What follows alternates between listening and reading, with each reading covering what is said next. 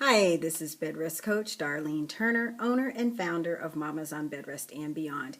And today I'm coming to you from my iPad. I'm trying this out because in just 3 short weeks I am Boston bound for the summer and I'm so excited.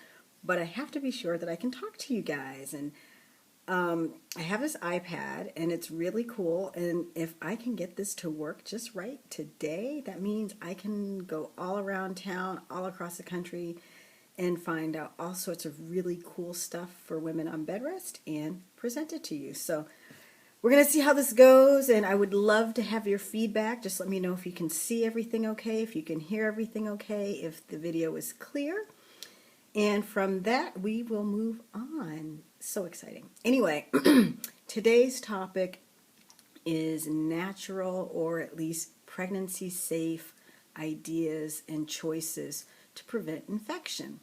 I got this question from one of the mamas in the community, and I didn't send back to ask her if I could post her name on this cue, but I'm going to read her cue anyway. And she says, does anyone have any suggestions for natural infection preventions?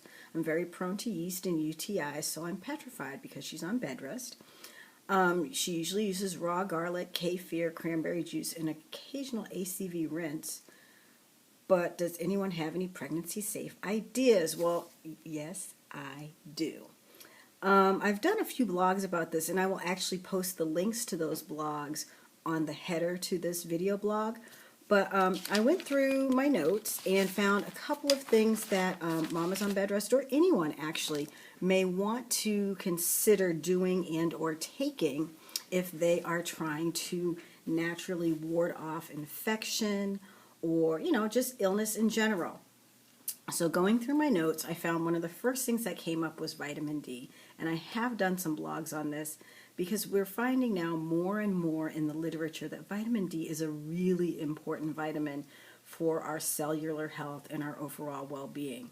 Most of us think of vitamin D as being important for bone growth and for teeth, but it also protects us against cancer, autoimmune diseases. It helps boost our immune system, and it really helps prevent inflammation, and we see it being really helpful for people with asthma.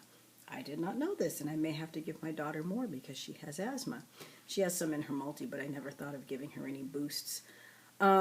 It also helps with brain function, and they feel like, although this is not completely elucidated in the literature yet, that having adequate levels of vitamin D may help ward off Alzheimer's, but that has not been proven or replicated in the data yet. So I've tossed that in there because I saw it, but don't put that in the other categories. The other things, they have really shown that it does protect against and help with overall well-being.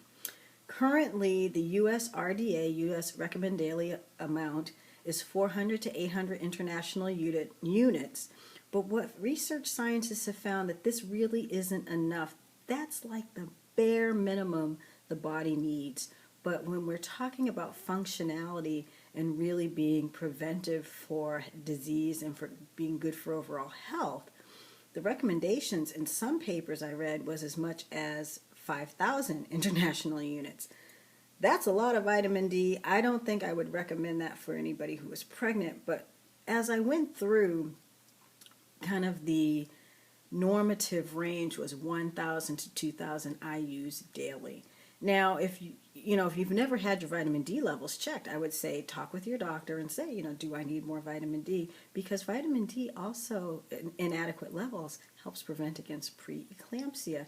There are some cardio benefits to having adequate vitamin D levels. So if you're, maybe borderline having pregnancy-induced hypertension, or that you may want to talk to your doctor like, hey, they're saying that vitamin D may help with my heart, with my blood pressure.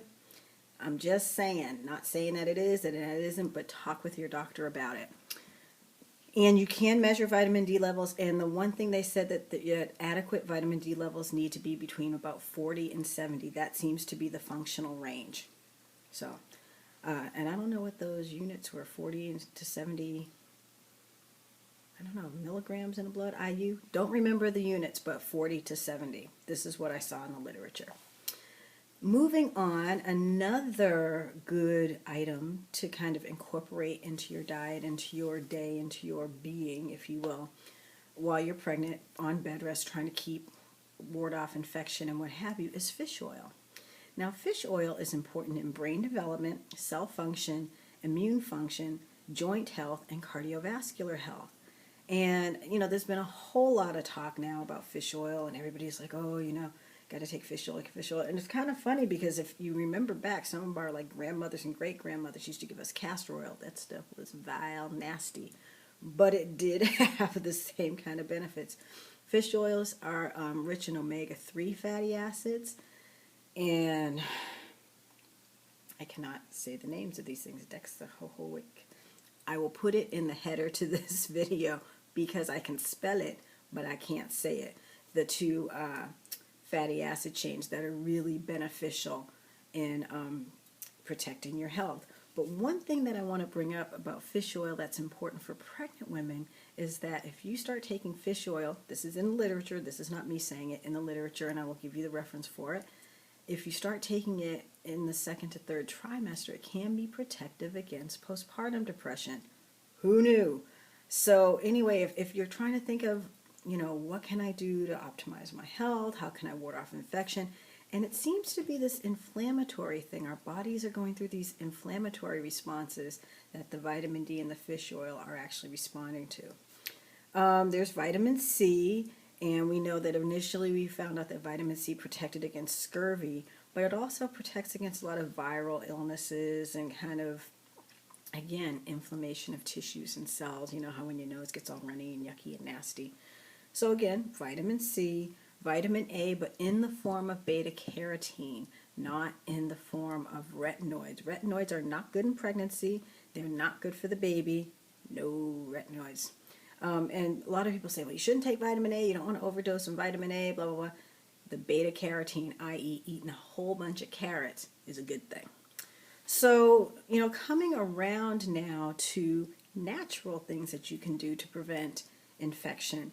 And as my mama had said, she eats some raw garlic. Now, I haven't seen the data on that, but I do know garlic is supposed to be very good for your heart, and I just think it makes food taste really good, so it's a good thing. Cranberry juice, yes, very good for the urinary tract. The acidity in cranberry juice, it kind of goes in, really deals with that bacteria that's going through the urinary tract system. So yes to cranberry juice. Try to get it unsweetened, but cranberry can be kind of acrid, so you might want it a little bit sweetened or have it mixed with another fruit so that it's not quite so bitter. But yes to cranberry juice. And I was going to say one of the things that you can do that is just really, really good for yourself is really dark green leafy vegetables. So your kale, your spinach, broccoli, these things, they have a lot of different vitamins in them that are just really, really good for you. So, like a big salad would be a great way. One of the things that a dietitian once said, just make your food as colorful as possible. So if you're making a big salad and you have in it kale and you have spinach and maybe some of the varying colors of lettuce, like some purple cabbage, what else could we put in there? Tomatoes, cucumbers, carrots, some of those little baby corns. And if you have a salad that's just got all this stuff in there, you're getting just bombarded with really great vitamins and nutrients and minerals. And it doesn't have to be a huge salad, but just a really good mixture of all these different things. And it can really, really boost your immune system. It'll also keep you very regular because we know sometimes being on bed rest, things are not moving quite the way they should be. And again, you're doing a really good thing for your body.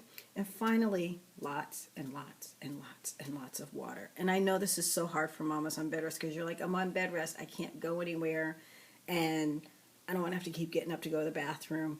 It's a catch-22 because if you don't keep your kidneys flushed and your urinary tract system really well functioning, you're going to be kind of at risk for bacteria developing and clustering and then urinary tract infection. So yes to the water, and yes, you're going to have to get up. But it's a really, really good thing, and I'm sorry, that's just the way that it is. But those are what I found to be some really great natural ways to take care of and or ward off infection. And they are really good and safe for pregnant women. So that's it for me today. This is Darline Turner, Bedrest Coach, owner and founder of Mamas on Bedrest and Beyond. And I think this worked, yay! So we will be seeing you all over the place this summer. You, me, and the iPad. Yeah. Take care. Bye-bye.